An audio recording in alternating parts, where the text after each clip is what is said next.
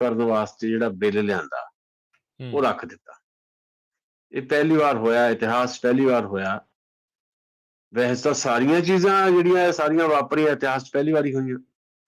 ਘੱਟੋ ਘੱਟ ਨਰਿੰਦਰ ਮੋਦੀ ਦੇ ਹਵਾਲੇ ਨਾਲ ਗੱਲ ਕਰਨੀ ਹੋਵੇ ਤਾਂ ਜਿਹੜੇ ਕਹਿੰਦੇ ਸੀ ਵੀ 56 ਇੰਚ ਦਾ ਸੀਨਾ ਹੈ, ਤੇ ਜਿਹੜੀ ਗੱਲ ਕਹਿਤੀ ਤੇ ਕਹਿਤੀ, ਪੱਥਰ ਤੇ ਲਕੀਰ ਹੈ ਵੀ ਪ੍ਰਧਾਨ ਮੰਤਰੀ ਨਰਿੰਦਰ ਮੋਦੀ ਤਾਂ ਕਦੇ ਵਾਪਸ ਨਹੀਂ ਮੁੜਦੇ। ਪਰ ਲੋਕ ਸ਼ਕਤੀ ਨੇ, ਕਿਸਾਨਾਂ ਦੀ ਇਸ ਲਾਮਿਸਾਲ ਏਕਤਾ ਨੇ ਇਹ ਸਾਬਤ ਕਰ ਦਿੱਤਾ ਹੈ ਕਿ ਜੇ ਤੁਹਾਡਾ ਨਜ਼ਰੀਆ ਸਹੀ ਹੋਵੇ ਤੇ ਸ਼ਾਂਤਮਈ ਤਰੀਕੇ ਦੇ ਨਾਲ ਤੁਹਾਡਾ ਅੰਦੋਲਨ ਜਿਹੜਾ ਆ ਉਸਰਿਆ ਹੋਵੇ ਤੇ ਉਹਦੇ 'ਚ ਇੱਕ ਭਾਈਚਾਰਕ ਏਕਤਾ ਬਣ ਗਈ ਹੋਵੇ, ਤਾਂ ਵੱਡੀ ਤੋਂ ਵੱਡੀ ਸ਼ਕਤੀ ਨੂੰ ਤੁਸੀਂ ਹਿਲਾ ਸਕਦੇ ਹੋ, ਝੁਕਾ ਸਕਦੇ ਹੋ। ਸੋ ਇਹ ਪਹਿਲੀ ਵਾਰ ਹੋਇਆ ਵੀ ਨਰਿੰਦਰ ਮੋਦੀ ਹੋਰਾਂ ਬਾਰੇ ਜਿਹੜਾ ਇੱਕ ਭਰਮ ਜਿਹਾ ਪਾਲਿਆ ਹੋਇਆ ਸੀ ਵੀ ਉਹ ਜੋ ਕਹਿ ਦਿੰਦੇ ਆ ਉਤੋਂ ਮੁੜਦੇ ਨਹੀਂ। ਤੇ ਦੂਜੀ ਗੱਲ ਇਹ ਵੀ ਪਹਿਲੀ ਵਾਰ ਹੋਈ ਵੀ ਪਹਿਲੇ ਦਿਨ ਆਮ ਤੌਰ ਤੇ ਜਦੋਂ ਪਾਰਲੀਮੈਂਟ ਸੈਸ਼ਨ ਜੁੜਦੇ ਨੇ ਤੇ ਸ਼ਰਧਾਂਜਲੀਆਂ ਤੋਂ ਬਾਅਦ ਪੋਸਟਪੋਨ ਕਰਦੇ ਨੇ, ਤੇ ਅੱਜ ਪਹਿਲੇ ਦਿਨ ਹੀ ਉਹ ਤਿੰਨੇ ਖੇਤੀ ਕਾਨੂੰਨ ਰੱਦ ਕਰਨੇ ਪਏ, ਕਰ ਦਿੱਤੇ ਗਏ। ਬਹੁਤ ਕਾਹਲੀ 'ਚ ਕੀਤੇ ਗਏ, ਚਰਚਾ ਨਹੀਂ ਹੋਈ, ਕਿਸੇ ਕਿਸਮ ਦੀ ਕੋਈ ਚਰਚਾ ਨਹੀਂ ਹੋਈ। ਆਪੋਜੀਸ਼ਨ ਨੇ ਬਹੁਤ ਰੌਲਾ ਪਾਇਆ। ਬੇਸ਼ੱਕ ਸਾਡੇ ਸਪੀਕਰ ਸਾਹਿਬ ਜਿਹੜੇ ਓਮ ਬਿਰਲਾ, ਉਹਨਾਂ ਨੇ ਕਿਹਾ ਭਾਈ ਜੇ ਤੁਸੀਂ ਚਰਚਾ ਕਰਨੀ ਹੈ ਤਾਂ ਕੋਈ ਗੱਲ ਨਹੀਂ, ਚਰਚਾ ਕਰ ਲਓ, ਬੈਠ ਜਾਓ, ਸੁਣ ਤਾਂ ਲਓ ਗੱਲ। ਪਰ ਆਪੋਜੀਸ਼ਨ ਨੇ ਸੁਣੀ ਕੋਈ ਨਹੀਂ। ਸੋ ਇਹ ਆਪੋਜੀਸ਼ਨ ਦੀ ਆਪਣੀ ਤਰੀਕੇ ਦੀ ਜਿਹੜੀ ਪੋਲਿਟਿਕਸ ਹੈ, ਸਾਰੀ ਆਪੋਜੀਸ਼ਨ ਦੀਆਂ ਪਾਰਟੀਆਂ ਜਿਹੜੀਆਂ ਇਹ ਕ੍ਰੈਡਿਟ ਲੈਣਾ ਚਾਹੁੰਦੀਆਂ ਵੀ ਦੇਖੋ ਅਸੀਂ ਕਿਸਾਨ ਅੰਦੋਲਨ ਜਿਹੜਾ ਆ ਉਹਦੀ ਹਮਾਇਤ ਕੀਤੀ ਹੈ ਤੇ ਅਸੀਂ ਲਗਾਤਾਰ ਤਿੰਨੇ ਖੇਤੀ ਕਾਨੂੰਨਾਂ ਦਾ ਵਿਰੋਧ ਕੀਤਾ ਹੈ, ਉਹਨੂੰ ਰੱਦ ਕਰਾਉਣ ਦੀ ਲੜਾਈ ਲੜੀ ਹੈ। ਸੋ ਕ੍ਰੈਡਿਟ ਵਾਰ 'ਚ ਉਲਝ ਕੇ ਅੱਜ ਜਿਹੜੀ ਚਰਚਾ ਹੋਣੀ ਚਾਹੀਦੀ ਸੀ ਲੋਕ ਸਭਾ ਤੇ ਰਾਜ ਸਭਾ ਦੇ ਵਿੱਚ ਨਹੀਂ ਹੋਈ। ਨਹੀਂ ਤਾਂ ਜਦੋਂ ਇਹ ਬਿੱਲ ਰੱਦ ਕਰਨ ਦਾ ਬਿੱਲ ਲਿਆਂਦਾ ਜਾ ਰਿਹਾ ਸੀ, ਹਾਲੇ ਕੈਬਨਿਟ ਦੇ ਵਿੱਚ ਪਾਸ ਹੋਇਆ ਜਾਂ ਭਾਰਤ ਦੇ ਪ੍ਰਧਾਨ ਮੰਤਰੀ ਨੇ 19 ਤਰੀਕ ਨੂੰ ਗੁਰਪੁਰਬ ਦੇ ਮੌਕੇ ਦੇ ਉੱਤੇ ਜਦੋਂ ਅਨਾਉਂਸ ਕੀਤਾ ਵੀ ਇਹ ਬਿੱਲ ਜਿਹੜੇ ਅਸੀਂ ਵਾਪਸ ਲਵਾਂਗੇ, ਉਦੋਂ ਤੋਂ ਜਿਹੜੇ ਐਕਸਪਰਟ ਸੀਗੇ, ਐਗਰੀਕਲਚਰ ਐਕਸਪਰਟ ਵੀ ਤੇ ਸੰਵਿਧਾਨਕ ਜਿਹੜੇ ਐਕਸਪਰਟ, ਉਹ ਵੀ ਇਹ ਕਹਿ ਰਹੇ ਸੀ ਵੀ ਇਹਦਾ ਘੱਟੋ ਘੱਟ ਪ੍ਰੋਸੈਸ ਜਿਹੜਾ ਆ ਲੋਕ ਸਭਾ ਤੇ ਰਾਜ ਸਭਾ ਦੇ ਵਿੱਚ 3 ਦਿਨ ਦਾ ਹੈ, ਵੀ ਘੱਟੋ ਘੱਟ 3 ਦਿਨ ਲੋਕ ਸਭਾ ਤੇ ਰਾਜ ਸਭਾ 'ਚ ਲੱਗਣਗੇ। ਉਸ ਤੋਂ ਬਾਅਦ ਇਹ ਰਾਸ਼ਟਰਪਤੀ ਕੋਲ ਜਾਏਗਾ, ਰਾਸ਼ਟਰਪਤੀ ਇਹ ਦਸਤਖਤ ਕਰ ਦੇਣਗੇ ਤੇ ਫਿਰ ਇੱਕ ਨੋਟੀਫਿਕੇਸ਼ਨ ਜਾਰੀ ਹੋਏਗਾ ਤੇ ਇਹ ਬਿੱਲ ਜਿਹੜੇ ਆ ਰੱਦ ਹੋ ਜਾਣਗੇ। ਪਰ ਬਿਲਕੁਲ ਉਹ ਨਹੀਂ ਵਾਪਰਿਆ ਜੋ ਐਕਸਪਰਟਸ ਨੇ ਕਿਹਾ ਸੀ। ਸਗੋਂ ਸਰਕਾਰ ਨੇ ਤੁਰਤ ਫੁਰਤ ਇਹ ਬਿੱਲ ਰੱਦ ਕਰ ਦਿੱਤੇ। ਯਾਨੀ ਕਾਹਲੀ ਕਿੰਨੀ ਹੈ?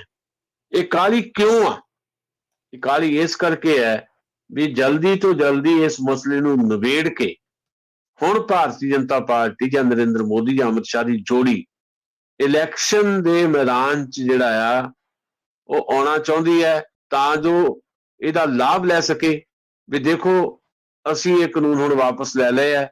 ਜਿਹੜੀ ਹਾਲਤ ਵਿਗੜ ਗਈ ਭਾਰਤੀ ਜਨਤਾ ਪਾਰਟੀ ਦੀ, ਖਾਸ ਤੌਰ ਤੇ ਉੱਤਰ ਪ੍ਰਦੇਸ਼ ਤੇ ਉੱਤਰ ਪ੍ਰਦੇਸ਼ ਦੇ ਵਿੱਚ ਵੀ ਜਿਹੜਾ ਪੱਛਮੀ ਉੱਤਰ ਪ੍ਰਦੇਸ਼ ਹੈ, ਜਿਹੜਾ ਪੂਰੀ ਦਾ ਪੂਰਾ ਇੱਕ ਜਾਟ ਬੈਲਟ ਹੈ, ਯਾਨੀ ਜਾਟ ਬੈਲਟ ਦਾ ਮਤਲਬ ਕਿਸਾਨਾਂ ਦੀ ਬੈਲਟ ਹੈ, ਵੀ ਉੱਥੇ ਦੁਬਾਰਾ ਤੋਂ ਰਿਵਾਈਵ ਕਰ ਸਕੀਏ। ਕਿਉਂਕਿ ਜੇ ਇੰਟਰਨਲ ਸਰਵੇ ਆਏ, ਜਿਹੜੇ ਬੀਜੇਪੀ ਨੇ ਸਰਵੇ ਕਰਾਏ, ਉਹਨਾਂ ਸਰਵੇਸ ਦੇ ਵਿੱਚ ਇਹ ਆ ਗਿਆ ਵੀ ਯੂਪੀ ਤਾਂ ਤੁਹਾਡੇ ਹੱਥੋਂ ਗਿਆ। ਇਸੇ ਕਰਕੇ ਜਿੱਥੇ ਕਿਸਾਨ ਅੰਦੋਲਨ ਦੀ ਤਾਕਤ ਨੇ ਕੰਮ ਕੀਤਾ, ਉੱਥੇ ਕਿਸਾਨ ਲੀਡਰਸ਼ਿਪ ਵੱਲੋਂ ਵੋਟ ਤੇ ਝੋਟ ਦਾ ਜਿਹੜਾ ਸੱਦਾ ਦਿੱਤਾ ਗਿਆ ਜਾਂ ਮਿਸ਼ਨ ਯੂਪੀ ਦਾ ਸੱਦਾ ਦਿੱਤਾ ਗਿਆ, ਤੇ ਉਸ ਤੋਂ ਬਾਅਦ ਜੋ ਕੰਧ ਤੇ ਲਿਖਿਆ ਪੜਿਆ ਨਰਿੰਦਰ ਮੋਦੀ ਹੋਰਾਂ ਨੇ, ਅਮਿਤ ਸ਼ਾਹ ਨੇ, ਵੀ ਸਾਡੇ ਹੱਥੋਂ ਯੂਪੀ ਗਈ। ਜੇ 2022 ਚ ਯੂਪੀ ਗਈ ਤਾਂ 2024 ਚ ਵੀ ਨਰਿੰਦਰ ਮੋਦੀ ਗਏ। ਇਹਨੂੰ ਪੜਨ ਤੋਂ ਬਾਅਦ ਉਹਨਾਂ ਨੇ 3 ਖੇਤੀ ਕਾਨੂੰਨ ਵਾਪਸ ਲੈਣ ਦੀ ਗੱਲ ਕੀਤੀ ਤੇ ਅੱਜ ਤੁਰਤ ਫੁਰਤ ਜਿਹੜੇ ਆ ਲੋਕ ਸਭਾ ਤੇ ਰਾਜ ਸਭਾ ਦੇ ਵਿੱਚ ਰੱਦ ਕੀਤੇ ਗਏ। ਹੁਣ ਇਹ ਰਾਸ਼ਟਰਪਤੀ ਸਾਹਿਬ ਕੋਲ ਜਾਣਗੇ। ਹੋ ਸਕਦਾ ਜਦੋਂ ਆਪਾਂ ਗੱਲ ਕਰ ਰਹੇ ਹਾਂ ਉਦੋਂ ਤੱਕ ਉਹਨਾਂ ਕੋਲ ਪਹੁੰਚੇ ਹੋਣ ਜਾਂ ਕੱਲ ਤੱਕ ਪਹੁੰਚ ਜਾਣਗੇ ਤੇ ਕੱਲ ਸ਼ਾਮ ਤੱਕ ਉਹਨਾਂ ਦੇ ਦਸਤਖਤ ਹੋ ਜਾਣਗੇ ਤੇ ਇਹ ਕਾਨੂੰਨ ਮੁਕੰਮਲ ਤੌਰ ਤੇ ਰੱਦ ਹੋ ਜਾਣਗੇ। ਇਹ ਹਿਸਟੋਰੀਕਲ ਵਿਨ ਹੈ, ਜਿਵੇਂ ਤੁਸੀਂ ਕਿਹਾ ਇਤਿਹਾਸਕ ਜਿੱਤ ਹੈ, ਪਰ ਇਹ ਜਿੱਤ ਕੋਈ ਅੰਤਮ ਪੜਾਅ ਨਹੀਂ ਹੈ। ਹਾਲੇ ਲੜਾਈਆਂ ਬਾਕੀ ਪਈਆਂ ਨੇ, ਉਹ ਲੜਾਈਆਂ ਵੀ ਲੜੀਆਂ ਜਾਣੀਆਂ। ਜੀ ਜੀ ਜੀ ਜਿੱਦਾਂ ਤੁਸੀਂ ਸੁਸ਼ੀਲ ਜੀ ਜ਼ਿਕਰ ਕੀਤਾ ਵੀ ਜਿੱਦਾਂ ਵਿਰੋਧੀ ਧਿਰ ਨੇ ਰੌਲਾ ਰੱਪਾ ਪਾ ਕੇ ਇਦਾਂ ਲੱਗਦਾ ਵੀ ਇਹ ਸਰਕਾਰ ਦੇ ਹੱਕ 'ਚ ਹੀ ਭੁਗਤ ਕੇ ਜਿਹੜੀ ਨਮੋਸ਼ੀ ਇਹਨਾਂ ਦੀ ਸਦਨ ਦੇ ਵਿੱਚ ਹੋਣੀ ਸੀ ਸਾਰਿਆਂ ਨੇ ਬੋਲ ਬੋਲ ਕੇ ਜਿਹੜਾ ਕਹਿਣਾ ਸੀਗਾ ਉਹ ਤੋਂ ਬਚਾ ਲਿਆ। ਦੇਖੋ ਗੱਲ ਇਹ ਹੁੰਦੀ ਆ ਕਰਨਵੀਰ ਜੀ, ਤੁਸੀਂ ਬਹੁਤ ਸਹੀ ਨੁਕਤਾ ਫੜਿਆ ਹੈ। ਮੇਰਾ ਮੰਨਣਾ ਇਹ ਹੈ ਵੀ ਇਹ ਜਿਹੜੇ ਲੋਕ ਨੇ, ਜਿਹੜੇ ਓਪੋਜੀਸ਼ਨ ਵਾਲੇ ਨੇ, ਸਪੈਸ਼ਲੀ ਕਾਂਗਰਸ ਪਾਰਟੀ ਜਿਹੜੀ ਹੈ ਜਾਂ ਵੱਖ-ਵੱਖ ਖੇਤੀ ਪਾਰਟੀਆਂ ਨੇ, ਉਹ ਆਪਣੀ ਰਾਜਸੀ ਮਜਬੂਰੀ ਕਰਕੇ ਇਸ ਮਸਲੇ ਦੇ ਉੱਤੇ ਰੌਲਾ ਰੱਪਾ ਪਾਉਂਦੀਆਂ। ਜੇ ਤੁਸੀਂ ਅੰਦਰੋਂ ਗੱਲ ਸਮਝਣੀ ਹੋਵੇ ਤਾਂ ਮੈਨੂੰ ਇਹ ਕਹਿਣ 'ਚ ਕਿਸੇ ਕਿਸਮ ਦਾ ਗੁਰੇਜ਼ ਨਹੀਂ ਹੈ, ਕੋਈ ਸੰਕੋਚ ਨਹੀਂ ਹੈ ਵੀ ਇਹ ਸਾਰੀਆਂ ਪਾਰਟੀਆਂ ਦਿਲੋਂ ਨਹੀਂ ਸੀ ਚਾਹੁੰਦੀਆਂ ਇਹ ਕਾਨੂੰਨ ਵਾਪਸ ਹੋਣ। ਇਹਨਾਂ ਸਾਰਿਆਂ ਦੀ ਰਾਜਸੀ ਮਜਬੂਰੀ ਬਣੀ ਕਿਉਂਕਿ ਇਲੈਕਸ਼ਨ ਸਿਰ ਤੇ ਹੈ। ਨਹੀਂ ਤਾਂ ਇਹ ਜਿਹੜੇ ਕਾਨੂੰਨ ਬਣੇ ਨੇ, ਇਹ ਭਾਵੇਂ ਅੱਜ ਕਿਹਾ ਜਾ ਰਿਹਾ ਹੈ ਜਾਂ ਦਿਖਾਈ ਵੀ ਦੇ ਰਿਹਾ ਇਹ ਨਰਿੰਦਰ ਮੋਦੀ ਲੈ ਕੇ ਆਏ, ਪਰ ਮੇਰਾ ਇਹ ਦਾਅਵਾ ਹੈ ਵੀ ਜੇ ਅੱਜ ਨਰਿੰਦਰ ਮੋਦੀ ਭਾਰਤ ਦੇ ਪ੍ਰਧਾਨ ਮੰਤਰੀ ਨਾ ਵੀ ਹੁੰਦੇ, ਜਿਹੜਾ ਵੀ ਇਸ ਗੱਦੀ ਤੇ ਬੈਠਾ ਹੁੰਦਾ, ਜਿਹੜੀ ਮਰਜ਼ੀ ਢਿੜਦਾ ਹੁੰਦਾ, ਚਾਹੇ ਉਹ UPA ਜਿਹੜਾ ਕਾਂਗਰਸ ਦੀ ਅਗਵਾਈ ਦੇ ਵਿੱਚ ਸਰਕਾਰ ਰਹੀ ਹੈ ਕਿਸੇ ਵੇਲੇ 10 ਸਾਲ ਡਾਕਟਰ ਮਨਮੋਹਨ ਸਿੰਘ ਦੀ, ਚਾਹੇ ਹੁਣ ਨਰਿੰਦਰ ਮੋਦੀ, ਤੇ ਇੱਕੋ ਰਾਏ ਹੈ। ਭਾਰਤ ਦੇ ਵਿੱਚ ਨਵੀਂ ਇਕਨੋਮਿਕ ਪਾਲਿਸੀ ਦਾ ਜਿਹੜਾ ਮਾਡਲ ਹੈ ਉਹਨੂੰ ਇੰਟਰੋਡਿਊਸ ਕਰਨ ਵਾਲਾ ਕੌਣ ਹੈ?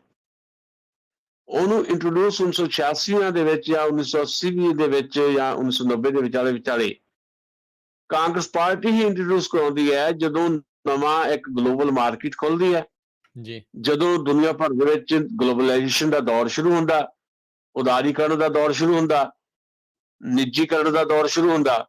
ਉਹ ਦੌਰ ਉਹ ਸੀ ਜਦੋਂ ਭਾਰਤ ਦੇ ਵਿੱਚ ਨਰਸਿਮਹਾ ਰਾਓ ਦੀ ਸਰਕਾਰ ਸੀ। ਉਹ ਦੌਰ ਉਹ ਸੀ ਜਦੋਂ ਭਾਰਤ ਦੇ ਵਿੱਚ ਨਰਸਿਮਹਾ ਰਾਓ ਦੀ ਸਰਕਾਰ ਦੇ ਵਿੱਚ ਬਾਅਦ ਵਿੱਚ 10 ਸਾਲ ਸਾਡੇ ਪ੍ਰਧਾਨ ਮੰਤਰੀ ਰਹੇ ਡਾਕਟਰ ਮਨਮੋਹਨ ਸਿੰਘ ਵਿੱਤ ਮੰਤਰੀ ਹੋਇਆ ਕਰਦੇ ਸੀ।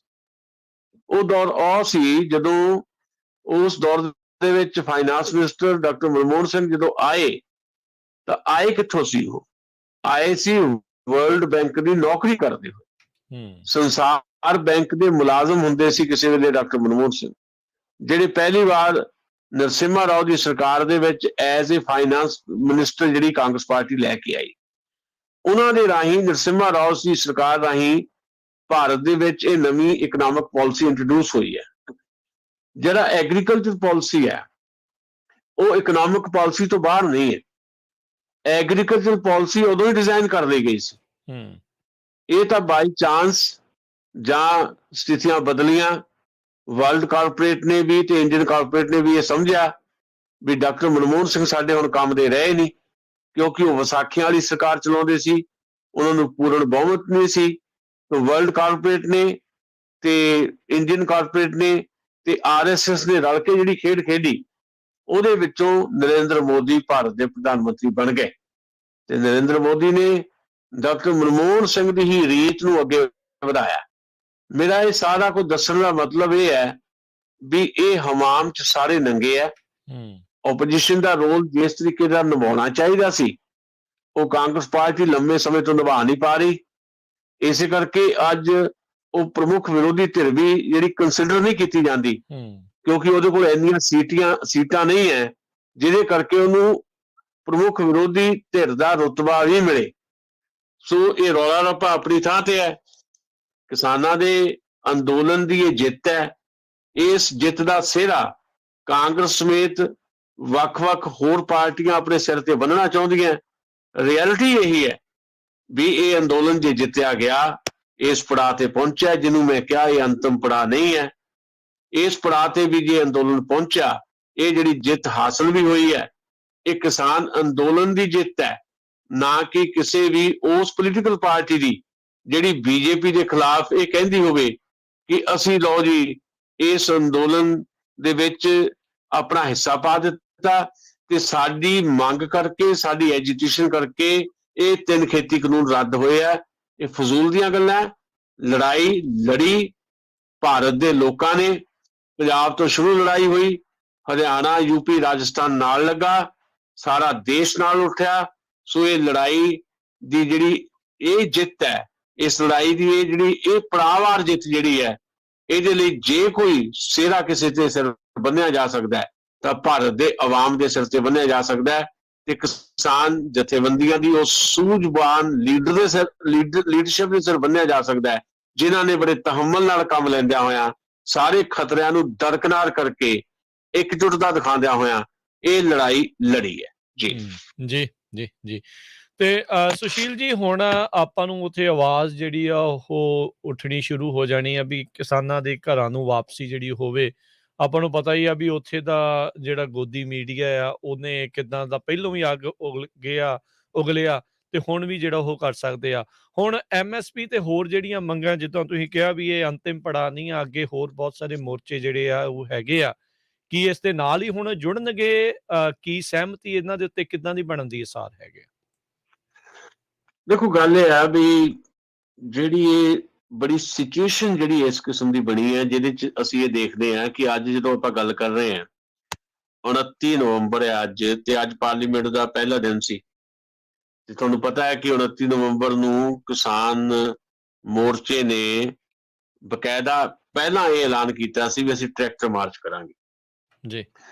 ਤੇ ਪਰ ਪਿਛਲੀ ਮੀਟਿੰਗ ਦੇ ਵਿੱਚ ਜਿਹੜੀ ਸੰਯੁਕਤ ਕਿਸਾਨ ਮੋਰਚੇ ਦੀ ਹੋਈ, ਉਹਦੇ 'ਚ ਫੈਸਲਾ ਕੀਤਾ ਗਿਆ ਵੀ ਜੇ ਸਰਕਾਰ ਝੁਕੀ ਹੈ ਤਾਂ ਥੋੜਾ ਜਿਹਾ ਨਰਮ ਰਵੱਈਆ ਅਸੀਂ ਵੀ ਅਖਤਿਆਰ ਕਰੀਏ, ਤੇ ਉਹਨਾਂ ਨੇ ਆਪਣਾ ਅੱਜ ਦਾ ਟਰੈਕਟਰ ਮਾਰਚ ਪੋਸਟਪੋਨ ਕੀਤਾ। ਹੁਣ ਨਵੀਂ ਸਿਚੁਏਸ਼ਨ ਦੇ ਵਿੱਚ ਇਹ ਸੀ ਵੀ 4 ਦਸੰਬਰ ਨੂੰ ਸੰਯੁਕਤ ਕਿਸਾਨ ਮੋਰਚੇ ਨੇ ਮੀਟਿੰਗ ਕਰਨੀ ਸੀ। ਉਹ ਇਸ ਚੱਕਰ 'ਚ ਵੀ ਹਾਂ ਵੀ ਕੀ ਸੱਚਮੁੱਚ ਕਾਨੂੰਨ ਨੂੰ ਵਾਪਸ ਲੈਂਦੇ ਜਾਂ ਨਹੀਂ। ਜਿੱਦਾਂ ਮੈਂ ਜ਼ਿਕਰ ਕੀਤਾ, ਪ੍ਰੋਸੈਸ 10 ਦਿਨ ਦਾ ਸੀ, ਮਤਲਬ ਜਿਸ ਢੰਗ ਦੇ ਨਾਲ ਇਹ ਕਾਨੂੰਨ ਆਏ, ਜਿਸ ਵਿਧੀ ਦੇ ਨਾਲ, ਜਿਸ ਪ੍ਰਕਿਰਿਆ ਦੇ ਨਾਲ, ਉਸੇ ਪ੍ਰਕਿਰਿਆ ਨਾਲ ਇਹਨੇ ਵਾਪਸ ਹੋਣਾ ਸੀ। ਤੇ ਜਿੱਦਾਂ ਮੈਂ ਜ਼ਿਕਰ ਕੀਤਾ ਵੀ ਐਕਸਪਰਟ ਇਹ ਕਹਿੰਦੇ ਸੀ ਵੀ ਇਹ ਘੱਟੋ ਘੱਟ ਪਾਰਲੀਮੈਂਟ ਦੇ ਦੋਵਾਂ ਸਦਨਾਂ ਦੇ ਵਿੱਚ 3 ਦਿਨ ਲੱਗਣਗੇ, ਪਰ ਇਹ ਤਾਂ 2 ਘੰਟਿਆਂ 'ਚ ਕੰਮ ਨਿਬੜ ਗਿਆ। ਕਿਸਾਨ ਮੋਰਚੇ ਨੇ ਉਹ 3 ਦਿਨ ਦਾ ਮਾਰਜਨ ਰੱਖ ਕੇ 4 ਤਰੀਕ ਦੀ ਮੀਟਿੰਗ ਰੱਖੀ ਸੀ। ਉਹਨੂੰ ਲੱਗਦਾ ਸੀ ਵੀ 3 ਦਿਨ ਲੱਗਣੇ ਆ, ਉਸ ਤੋਂ ਬਾਅਦ ਅਸੀਂ ਫੈਸਲਾ ਕਰਾਂਗੇ ਵੀ ਸਾਡੀ ਕੀ ਰਣਨੀਤੀ ਹੈ।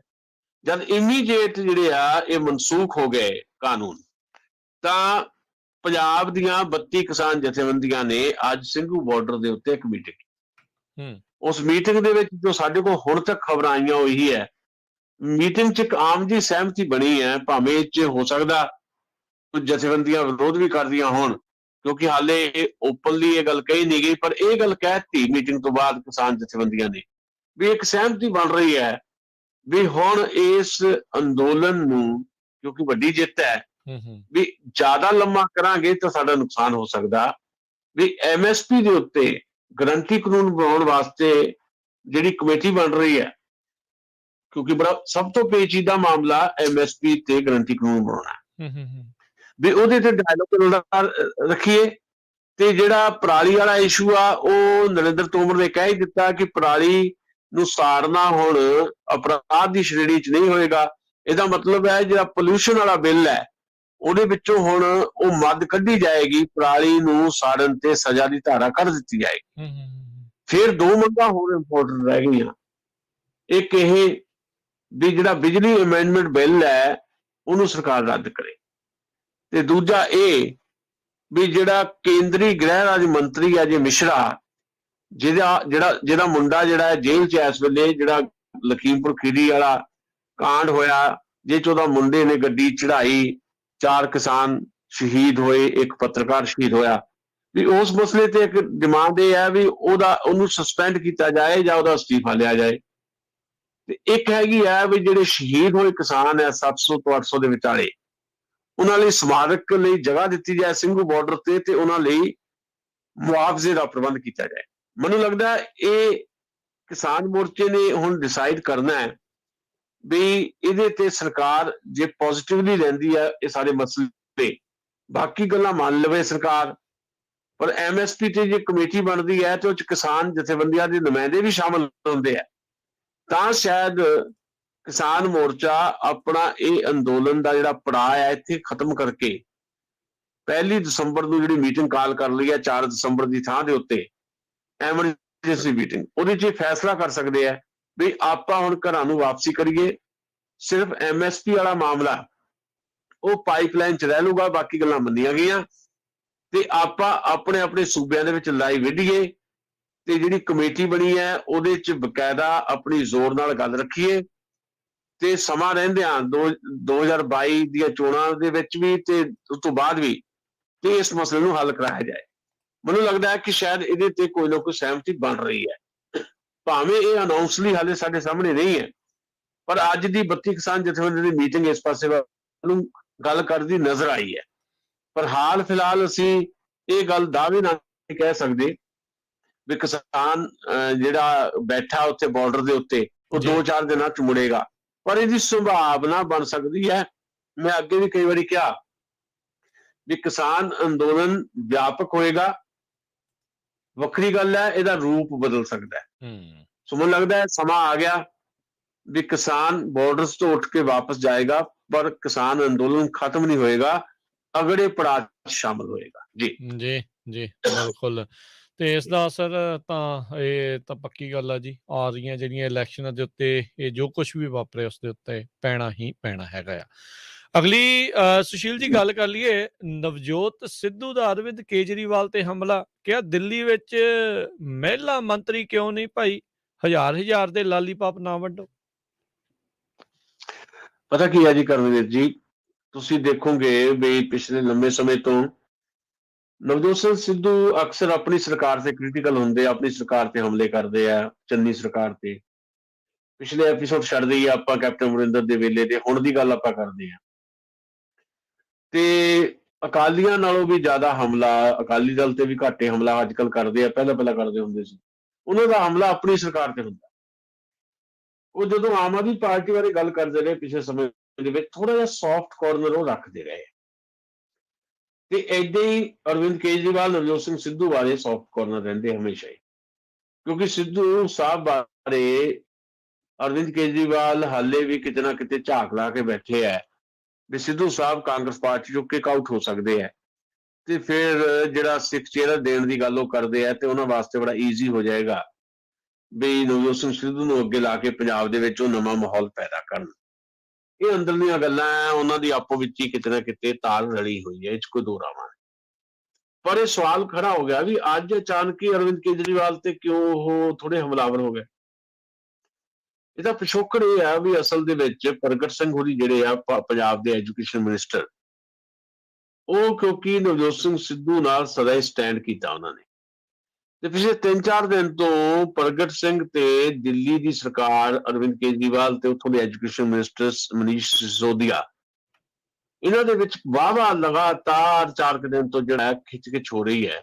ਮੁਕਾਬਲੇ ਜਿਹੜੇ ਆ ਉਹ ਹੋ ਰਹੇ ਨੇ, ਚੁਣੌਤੀਆਂ ਦਿੱਤੀਆਂ ਜਾ ਰਹੀਆਂ, ਤੁਸੀਂ ਆਪਣੇ ਸਕੂਲ ਦਿਖਾ ਦਿਓ, ਅਸੀਂ ਤੁਹਾਡੇ ਸਕੂਲ ਦੇਖ ਲਾਂਗੇ।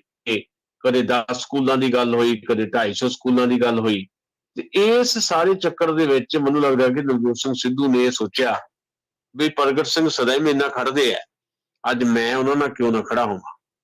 ਸੋ ਉਹਨਾਂ ਨੇ ਸਹਿੰਦੇ ਰੂਪ ਦੇ ਵਿੱਚ ਇਹ ਗੱਲ ਕਹੀ ਹੈ ਵੀ ਕੇਜਰੀਵਾਲ ਸਾਹਿਬ, ਤੁਸੀਂ ਅਧਿਆਪਕਾਂ ਦੀ ਗੱਲ ਕਰਦੇ ਹੋ, ਤੁਸੀਂ ਨਾਰੀ ਸ਼ਕਤੀਕਰਨ ਦੀ ਗੱਲ ਕਰਦੇ ਹੋ, ਇੱਕ ਗੱਲ ਦਾ ਜਵਾਬ ਦਿਓ ਵੀ ਤੁਹਾਡੇ ਆਪਣੇ ਦਿੱਲੀ ਦੇ ਵਿੱਚ ਤੁਹਾਡੀ ਸਰਕਾਰ 'ਚ ਕੋਈ ਮਹਿਲਾ ਮੰਤਰੀ ਕਿਉਂ ਨਹੀਂ। ਦੂਜਾ ਉਹਨਾਂ ਨੇ ਕਿਹਾ ਕਿ 1000 ਰੁਪਇਆ ਦੇਣ ਦੀਆਂ ਗੱਲਾਂ ਕਰਦੇ ਹੋ ਵੀ ਇਹ ਲੋਲੀਪੌਪ ਨਾ ਦਿਓ, ਇੰਨਾ ਕੁਛ ਨਹੀਂ ਬਣਨਾ। ਸੋ ਸਿਰਫ ਤੇ ਸਿਰਫ ਨਵਜੋਤ ਸਿੰਘ ਸਿੱਧੂ ਸਿਰਫ ਤੇ ਸਿਰਫ ਪ੍ਰਗਟ ਸਿੰਘ ਹੋਰਾਂ ਦੀ ਹਮਾਇਤ 'ਚ ਉਤਰੇ ਨੇ, ਪਰ ਇਹ ਬੜੀਆਂ ਗੁੱਝੀਆਂ ਜਿਹੀਆਂ ਗੱਲਾਂ, ਸਿਆਸਤ ਜਿਹੜੀ ਅੱਜ ਕੱਲ ਦੀ ਹੈਗੀ ਹੈ, ਕੋਈ ਸਿਧਾਂਤ ਨਹੀਂ ਹੈਗਾ, ਕੋਈ ਕਮਿਟਮੈਂਟ ਨਹੀਂ ਹੈਗੀ। ਪਤਾ ਨਹੀਂ ਕੱਲ ਨੂੰ ਫੇਰ ਕਾਂਗਰਸ ਪਾਰਟੀ 'ਚ ਕਿੱਦਾਂ ਦੀ ਸਥਿਤੀ ਬਣਨੀ ਨਵਜੋਤ ਸਿੰਘ ਸਿੱਧੂ ਦੀ, ਤੇ ਪਤਾ ਨਹੀਂ ਕਦੋਂ ਫੇਰ ਉਹਨਾਂ ਨੇ ਮਤਲਬ ਕੋਈ ਹੋਰ ਸਟੈਂਡ ਲੈਣਾ ਹੈ। ਹਾਲ ਫਿਲਹਾਲ ਉਹਨਾਂ ਨੇ ਫੌਰੀ ਤੌਰ ਦੇ ਉੱਤੇ ਇੱਕ ਦੋਸਤੀ ਨਿਭਾਈ ਲੱਗਦੀ ਹੈ ਪ੍ਰਗਟ ਸਿੰਘ ਦੇ ਨਾਲ। ਜੀ ਜੀ ਸ਼੍ਰੋਮਣੀ ਅਕਾਲੀ ਦਲ ਨੇ ਮਜੀਠੀਆ ਤੇ ਜਗੀਰ ਕੌਰ ਨੂੰ ਉਮੀਦਵਾਰ ਐਲਾਨਿਆ, ਤਾਂ ਹੀ ਆ ਜੀ ਉਧਰ ਪ੍ਰਬੰਧਕ ਕਮੇਟੀ ਤੋਂ ਪ੍ਰਧਾਨ ਜਿਹੜੇ ਉਧਰ ਹਰਜਿੰਦਰ ਧਾਮੀ ਬਣੇ ਨੇ।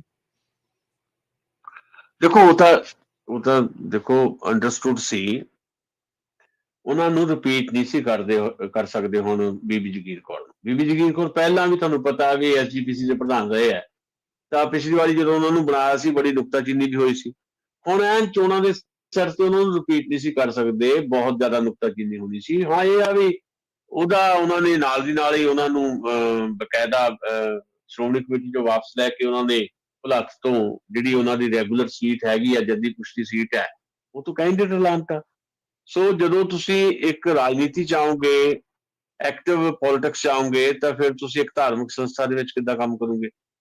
ਸੋ ਇਹ ਬਕਾਇਦਾ ਪਲਾਂਟ ਤਰੀਕੇ ਦੇ ਨਾਲ ਹੀ ਹੈ ਵੀ ਸ਼੍ਰੋਮਣੀ ਕਮੇਟੀ ਚ ਧਾਮੀ ਹੋਰਾਂ ਨੂੰ ਉਹਨਾਂ ਨੂੰ ਪ੍ਰਧਾਨ ਬਣਾ ਦਿੱਤਾ ਗਿਆ ਤੇ ਬੀਬੀ ਜਗੀਰ ਕੌਰ ਨੂੰ ਉਹਨਾਂ ਨੂੰ ਵਾਪਸ ਪੋਲਿਟਿਕਸ ਲਿਆ ਕੇ ਭੁਲੱਥ ਦੀ ਸੀਟ ਜਿਹੜੀ ਉਹਨਾਂ ਦੀ ਜੱਦੀ ਪੁਸ਼ਤੀ ਸੀਟ ਹੈ, ਉਹ ਸੀਟ ਉਹਨਾਂ ਨੂੰ ਅਲਾਟ ਕਰ ਦਿੱਤੀ ਗਈ ਹੈ, ਨਾਲ ਹੀ ਬਿਕਰਮ ਸਿੰਘ ਮਜੀਠੀਆ ਨੂੰ, ਕਿਉਂਕਿ ਉਹਨਾਂ ਦੀ ਵੀ ਉਹ ਪੱਕੀ ਸੀਟ ਹੈ ਮਜੀਠਾ, ਉੱਥੋਂ ਉਮੀਦਵਾਰ ਐਲਾਨ ਕੀਤਾ ਗਿਆ। ਜਿਹੜੀ ਇੰਪੋਰਟੈਂਟ ਗੱਲ ਇਹੀ ਹੈ ਵੀ ਸਭ ਤੋਂ ਅੱਗੇ ਹੈ ਸ਼੍ਰੋਮਣੀ ਅਕਾਲੀ ਦਲ ਕੈਂਡੀਡੇਟਸ ਦੇਣ ਦੇ ਮਾਮਲੇ 'ਚ। ਮਤਲਬ 97 ਸੀਟਾਂ ਸੀਗੀਆਂ ਸਮਝੌਤੇ 'ਚ ਉਹਨਾਂ ਕੋਲ, 20 ਸੀਟਾਂ ਬੀਐਸਪੀ ਕੋਲ। 97 ਦੇ ਵਿੱਚੋਂ ਅਕਾਲੀ ਦਲ 90 ਸੀਟਾਂ ਤੇ ਅੱਜ 2 ਉਮੀਦਵਾਰ ਐਲਾਨੇ ਆ, 90 ਸੀਟਾਂ ਤੇ ਆਪਣੇ ਕੈਂਡੀਡੇਟ ਉਹਨਾਂ ਨੇ ਐਲਾਨ ਤੇ ਸਿਰਫ 7 ਰਹਿ ਗਏ। ਇਹਦਾ ਇੱਕ ਸਿਆਸੀ ਤੌਰ ਤੇ ਐਜ ਜਿਹੜਾ ਆ ਉਹ ਸ਼੍ਰੋਮਣੀ ਅਕਾਲੀ ਦਲ ਨੂੰ ਮਿਲ ਸਕਦਾ। ਉਂਝ ਜੇ ਆਪਾਂ ਪੀਪਲਜ਼ ਪੋਲਿਟਿਕਸ ਦੀ ਗੱਲ ਕਰੀਏ ਤੇ ਨਾ ਤਾਂ ਸ਼੍ਰੋਮਣੀ ਅਕਾਲੀ ਦਲ ਨੇ, ਨਾ ਕਾਂਗਰਸ ਨੇ, ਨਾ ਚੰਨੀ ਨੇ, ਨਾ ਪਹਿਲਾਂ ਕੈਪਟਨ ਨੇ, ਨਾ ਹੁਣ ਨਵਜੋਤ ਸਿੰਘ ਸਿੱਧੂ ਨੇ। ਗੱਲਾਂ ਬਹੁਤ ਹੁੰਦੀਆਂ, ਨਾ ਆਮ ਆਦਮੀ ਪਾਰਟੀ ਨੇ।